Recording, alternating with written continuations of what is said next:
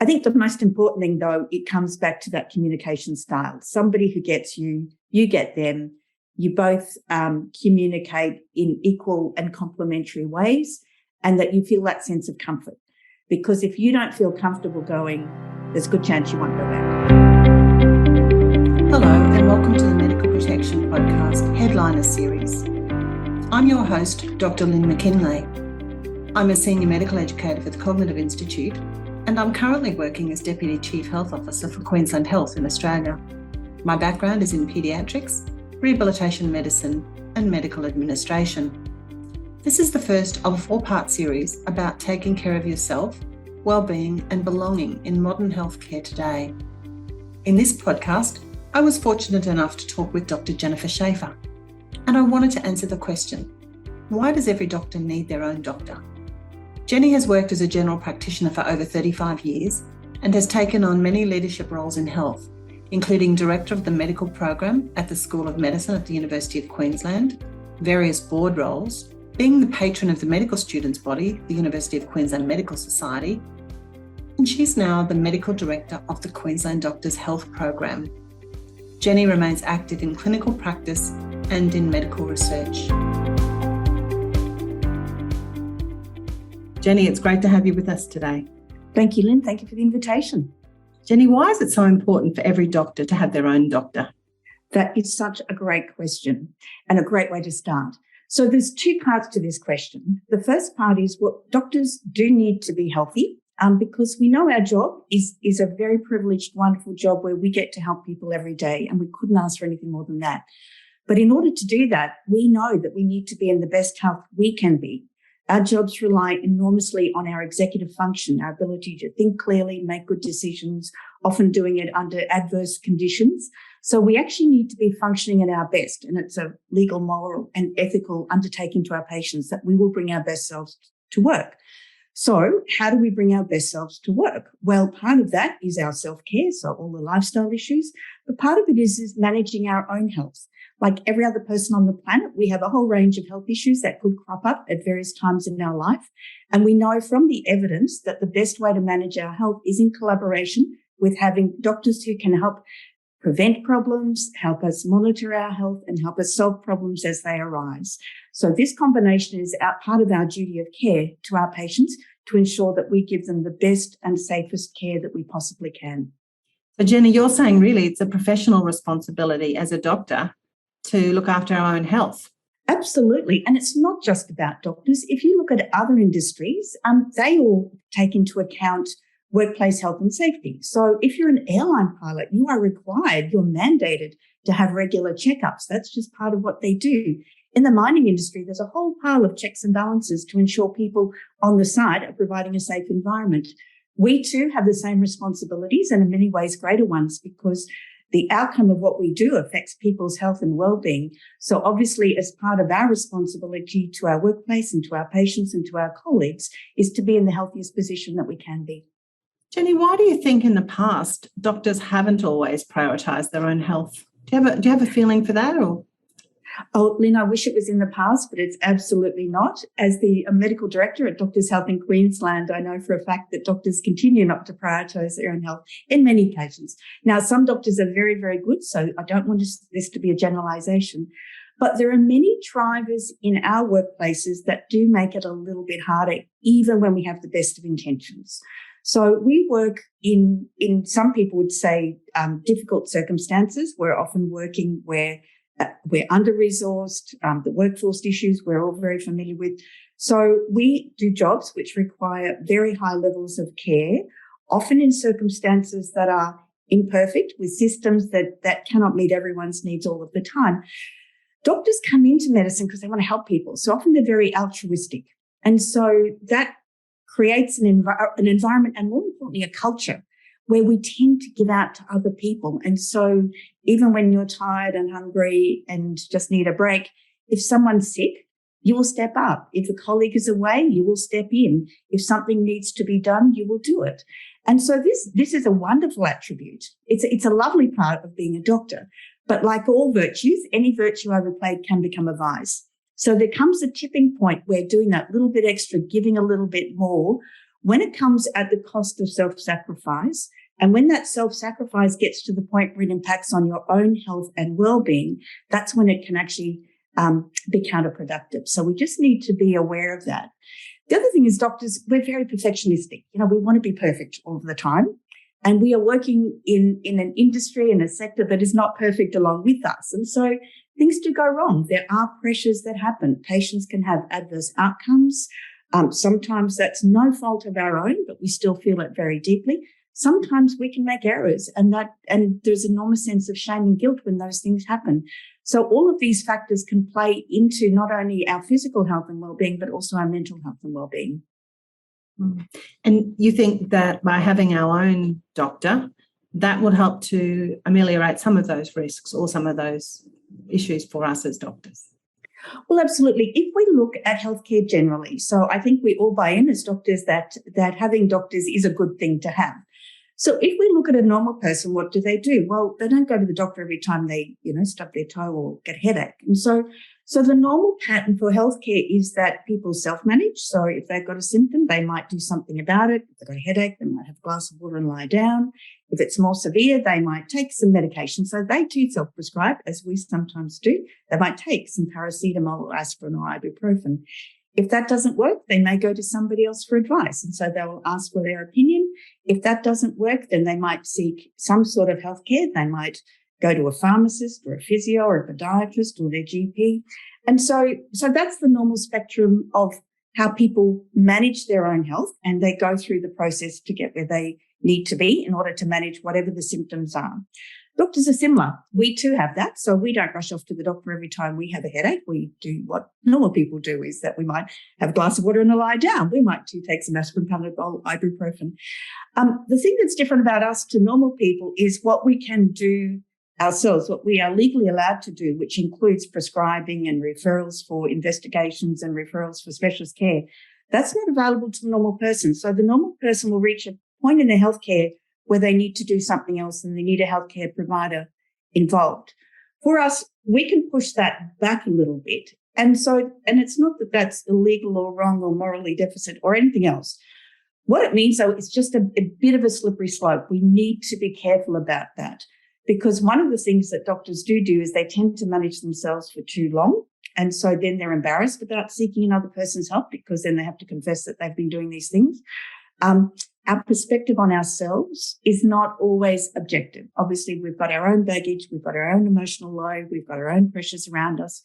Sometimes it's good to have a separate person to assess our health rather than us doing it on our own. And certainly that independent, objective assessment can help lead to better healthcare. We all know stories of doctors who ignored symptoms, overtreated themselves to a point that was unreasonable, but also made errors in their own judgment. I mean, you and I would find it very hard to self-examine in some capacity. Like, I could have a skin cancer on my back. Even with good lighting and a great mirror, I'm still not going to see that. So it is good to have another person who actually provides you with independent advice. The other component is what we do for our patients is we look at the total picture. We take a history, we examine them, we decide appropriate referrals. When we're self-managing, we tend to take shortcuts. We just do the quick and easy bit, like we'll just grab the antibiotics off out of the drug cupboard, or we might send ourselves off. We're not going through the discipline that we know that best medicine is. When we go to a GP, they will then take a full history, which includes not only your medical history, your family history, your social history. So they will take all of those things into account. They will examine you properly with independent eyes. They can then help you work through what's the best plan going forward. Because we all know that a medical consultation is not just the transfer of information. Doctors do not go to doctors because they don't know enough. Doctors should go to doctors because what it is, it gives us an independent perspective about something that is very subjective. And so that is a better pathway forward. I like to think of it similar to executive coaching. If you look in industry these days, executives have executive coaches. They are not people to teach the executive to do their job. They are not there to tell them what to do or solve their problems. They're a person that they talk to where they can bounce ideas around, they can get new perspectives. The coach will ask them hard questions and challenge them and ask them, say, well, what else could you do? What else could you think of, etc. So our healthcare, our doctors can act sort of like executive coaches. I'm not going to a doctor because I don't know what to do about, tonsillitis. But what you can do is by bringing in their perspective, they can say, okay, well, what about this? Have we done all the preventative stuff? Doctors are very good at overlooking their preventative stuff. Have we done all the things we need to do in that? What do we need to do about this? And creating that plan. So there's a discipline around healthcare that adds value. And when we bystep that and take shortcuts, we tend to lose that value. I really like that analogy of a doctor going to see their own GP is a bit like an executive seeking executive coaching. What you're saying is that we are getting that independent view, that sort of validation, that safety, that's assurance that we are on the right track, and that's putting us into, I guess, a position where our professionalism isn't under stress as it is if we're trying to do it all ourselves. Absolutely. And I can tell you also from personal experience, it actually can be a really nice experience because at this stage, you can actually hand some of your decision making over to another person. And that actually feels really comforting. And particularly if you're unwell, that's a really nice place. It's nice to let somebody else help you make those hard decisions, help you weigh up the pros and cons of various options. So absolutely, it's an independent set of eyes. As doctors, we all know the value of a second opinion, because if you have two minds thinking about the same problem, you're going to come to a better solution. Well, let's use that value in our own healthcare. Let's get a second opinion and get that perspective. Jenny, I personally have found it a bit of a challenge to get into the role of patient rather than colleague when I go to visit my doctor. So have you got any ideas about that? Is it my responsibility to set those expectations with my doctor, or what should I do? You nailed a very good question, because I think when we look at the barriers to doctors seeking healthcare, there are a lot of barriers. And part of this is moving from being doctors, where we think that we help other people, and it's very hard for us to turn around and allow ourselves to be helped. But also that relationship as a patient. Being a patient actually is a very vulnerable position to be in. You're opening yourself up to another person. You're telling them all sorts of intimate details about your life. You're telling them all sorts of intimate details about your health. You might actually have intimate examinations. So there's a whole range of things.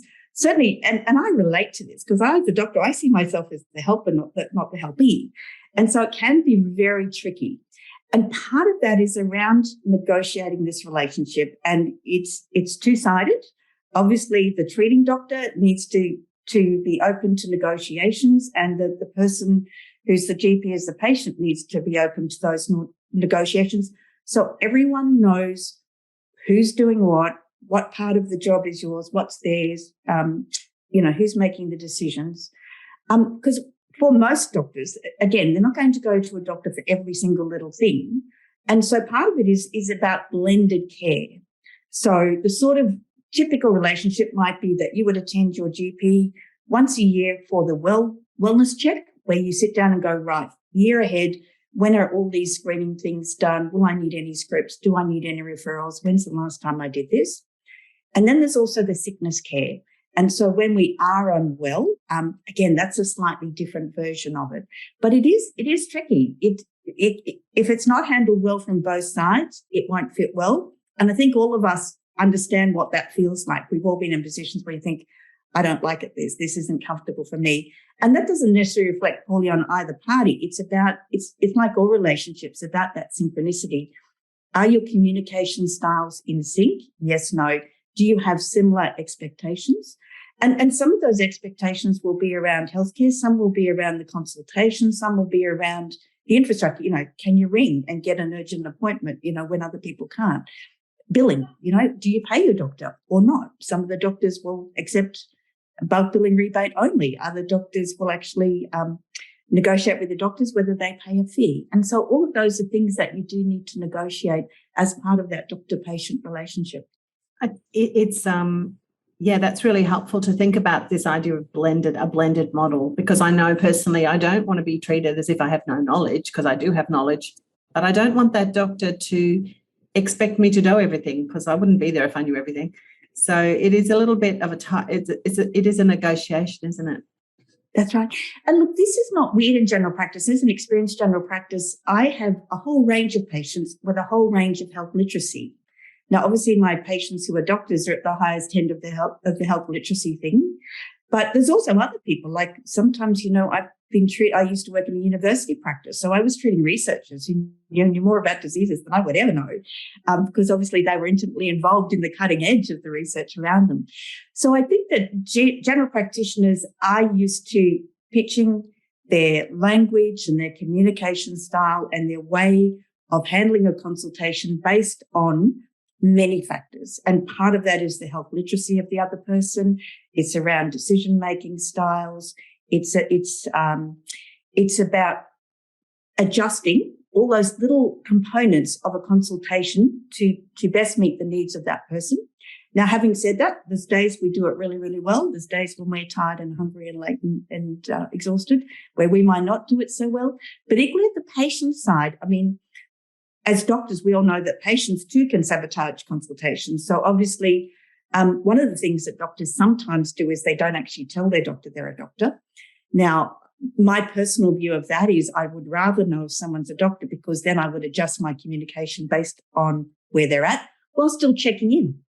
Some people have very expertise knowledge in one area, but that doesn't mean they know about other areas at all. So I prefer an honesty in a relationship, and I think that provides the best patient experience. But patients also need to understand that, they need to put their input in. If they've got strong views about something, they're to share them. If there's things that they don't want to consider, like I don't want to take medication, then they need to add that into the equation as well. The worst you can do is say, yes, yes, yes, doctor, walk out of the room and then ignore every piece of advice you were given, because that was a waste of consultation. If our listeners don't have a doctor yet, have you got any advice for them about how to choose a doctor, or how do they negotiate that first part of the relationship, I suppose? Yeah, well, I had to do this quite recently. My regular GP, who I loved and adored, retired. And that's one of the challenges, particularly as we age. We tend to choose people who are slightly older than us, and then they're at retirement age. The ways you can think about this is you need to think about the sort of care you want. So the factors that might go into that decision making. So proximity. When I had to choose a new GP, it was in the age of COVID. So one of the things that I thought about is, well, in the age of COVID, I'm probably better off having someone who's closer to home than traveling long distances. You might have a preference for the gender of the other doctor. You might have a preference for the age of the other doctor. One of the challenges is whether you choose somebody you know and respect, or choose somebody you don't really know and they don't know you, and that's sort of a good thing.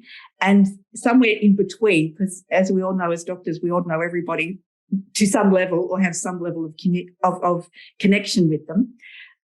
Certainly my personal preference is I would rather have a doctor that I'm not going to be meeting socially, not because I don't think they would be discreet, but I just prefer not to have lunch with the same person that I've just had my pap smear with. So, so choosing that. So, and the other part of that too is by choosing a slightly different doctor, that will give you a different referral network.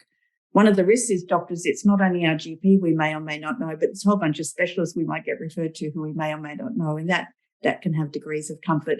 So part of this is choice.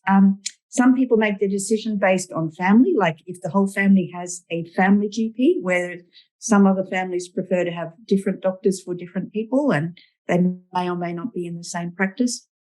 I think the most important thing, though, it comes back to that communication style. Somebody who gets you, you get them.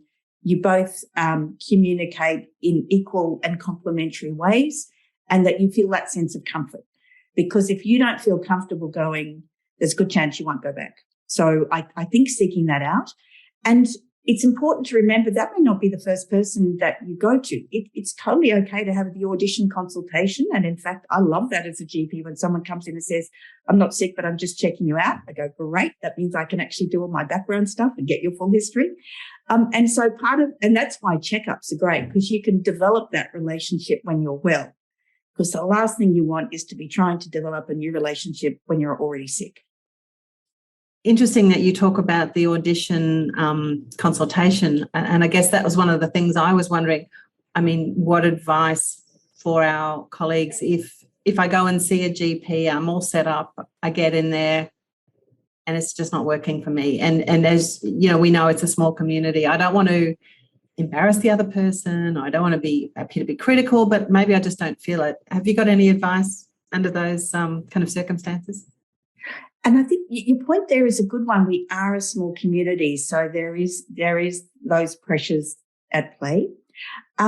Certainly, as a GP, I'm very familiar with people coming in to check me out. So it may seem weird as the doctor-patient, but as the doctor for doctors, that's not a weird thing at all. That's quite normal. And people will often say up front, and you can do that or not. It doesn't matter. But I think we all understand. It's not like you have to provide them with feedback unless you feel comfortable to do so. Certainly many people would come in once and then because doctors attend infrequently, in general, we tend to be healthy people. So it's not like we're turning up every second day. So if you went along for one consultation, it didn't really work for you, you would then find somebody else somewhere else potentially. Or the other thing is to find another doctor within the same practice, because in these modern days of enlarging group practices, often people have different doctors for different needs. Often within one practice, there might be the women's health doctor, the mental health doctor, the skin doctor. So there are ways of managing that without anyone feeling uncomfortable. Jenny, you talked right at the beginning about how a doctor, having their own doctor, is a really important part of being a professional. What professional risks or medico-legal risks do you see attached to a doctor making a choice to look after their own healthcare? Certainly, there are three things to think about. One is your actual physical and mental health and well-being, and we know that having a doctor caring for you can improve that. The second thing is, if you don't have a doctor, you don't have a medical record. If you are treating yourself, there's no provable record of when the symptoms appeared, what was done, what happened next, how the symptoms progressed, what the test results were. There's no cohesive record there. So that's got a whole range of implications, both from the health perspective and the legal perspective. The third thing is, if a doctor is unwell or impaired, we know that can be associated with risk to the patient and the community. And so if a complaint is made or an adverse outcome occurs and the doctor is impaired and there is no record that they've seen a doctor, there's no evidence that they're taking care of themselves, there's no evidence that this problem is being properly assessed and treated. And that's a very serious risk for a doctor. And that's the one none of us want to face. And the best way never to face it is to work proactively to prevent that from occurring by making sure that our healthcare is provided in an appropriate, timely way and is well documented. Jenny, that's really useful advice, and it's really helpful to think about it in those ways, because there are multiple different risks for us, isn't it? And I guess the same could be said for choosing to care for our family members, where we may not keep medical records of those encounters as well. Absolutely. The risk of all those off the record, the informal care, so that could be family members, and that's really, really important. But remember too, it could be colleagues. Those corridor consultations, when your colleague comes to you in the corridor and asks your advice, or you go to a colleague and ask their advice outside of the consultation with no record, that has huge medico-legal implications, again, both in terms of healthcare and medico-legal risk. I can think of some times when I've heard of circumstances where a doctor has asked a colleague for their advice in the corridor, as you say, and, if something goes wrong, there's so much risk in that for everybody, isn't there? So corridor consultations are a really important thing to think about, because it happens to all of us all the time. Now, the first thing is to realise it's not weird, in the sense that if you look how a normal person consults, if they're unwell, who do they go to? They might go to their mother, aunt, sister, friend, hairdresser. Who do we go to? Well, we go to the people that we see every day, which are colleagues. So the desire to talk about our health with the colleague is not a strange one. It is what people do. We just happen to have medical friends instead of lay friends. But it does come with risks, like all things. And there's a risk to the person asking for the help because their concerns are not being properly addressed. You're not getting the full history. You're not getting the examination. You're not getting the appropriate workup. You're not getting the medical records. But it's a risk to the doctor providing that advice as well because they're not medico-legally protected. So it's a really good idea for all of us to have our little spiel in our head. So when a colleague asks us for our advice, you may do it, but what you should do is sit down, come in, we'll open up a medical record, we're going to do this properly or not at all. The second thing is you can just say, I have a policy, I don't talk about other people's health, and you would choose your words in advance so it's ready to roll off your tongue. A third way of gently handling this is to divert it. Say, look, this sounds really important and this needs a doctor's attention. So let's get you to see your doctor, or let's find a doctor for you so that we can get this properly addressed because I don't want to make a mistake. I don't want us to miss something. This is important. It's critical. Let's do it well. And so if you have those little spiels that you can do, if they're ready to go, it just makes it so much easier. What many of us do, we don't see the slippery slope ahead of us. We'll say, yeah, sure. What do you think? And then suddenly we find we're halfway down the slope. And once you get to that point, it's really hard to backtrack. So prepare in advance is my wise advice. That's a really very important piece of advice. As we're finishing up this conversation, Jenny, is there any other advice, any closing comments you'd like to make to our listeners about why it's so important that every doctor should have their own doctor? So one of the things that I really want people to think about is we don't want it to be that you have to have a doctor because it's mandated in that, good, bad dichotomy.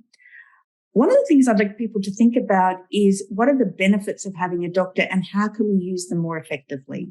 And the truth is, if you invest your efforts in finding the right person, having that person as a go-to is actually a really lovely experience. And I'm sure we've all had those experiences in our lives where, having another person take an active interest in your health, help you to sort out problems, particularly when you're in that stage of, is this important? Is it not? Just having another fresh set of eyes. It really can be a lovely experience. Doctors tend to focus on their health anxiety, their fear of vulnerability, their fear of having made a mistake, their fear of being found out that they've been doing things. Put that to one side and be honest with the person. Say, I'm here to ask for help. And if you've got the right person, they say, I am here to help you. And they will listen to all of those things that you're concerned about, but help you to work your way through it. It's the same as with our own patients. When someone comes into us and say, I'm worried about X, Y, Z, how can I help you? I love it at the end of the consultation when the patient says to me, I feel better already. Remember that as doctors, we too can have that experience. You can go in, put all your stuff on the consulting table, sift through it with the other person. And at the end of it, you know what? Your burden will be lighter. You'll walk out with a little extra spring in your step and you will feel better because you've got a plan, you've got an advocate, and you've got someone who will be with you through every step of that journey, whether it's a brief one, an easy one, or one of those longer, harder ones. There are lovely aspects of having your own GP and just sharing that burden. We know that it's like all things. You share the care around. It's a lighter load for each person. Jenny, I think that last comment has been really very helpful for people. And I like the idea of thinking about putting my burden on the table, sifting through it with somebody I trust as a colleague and as a health professional to look after me. It tells me that this idea about having my own doctor is not just about my health, it's actually about my bigger well-being. It's about connecting with a colleague who can share the burden and actually in a very unique way understand the burden that I carry as a doctor. And with that, we reach the end of the podcast, why every doctor needs their own doctor. I certainly got a lot out of that conversation with Jenny Schafer, and I hope you did as well. If you're a member of the Medical Protection Society, please join us for our upcoming virtual workshop, Beating Burnout, where you can learn more about today's topic. Registration information can be found in the podcast description. If you're new to podcasts, maybe listening for the first time, make sure you subscribe to the channel to make listening in the future easier. You can access this podcast from all of the major apps, including Apple and Google Podcasts and Spotify. I've been your host, Lynne McKinlay. Thanks for joining me.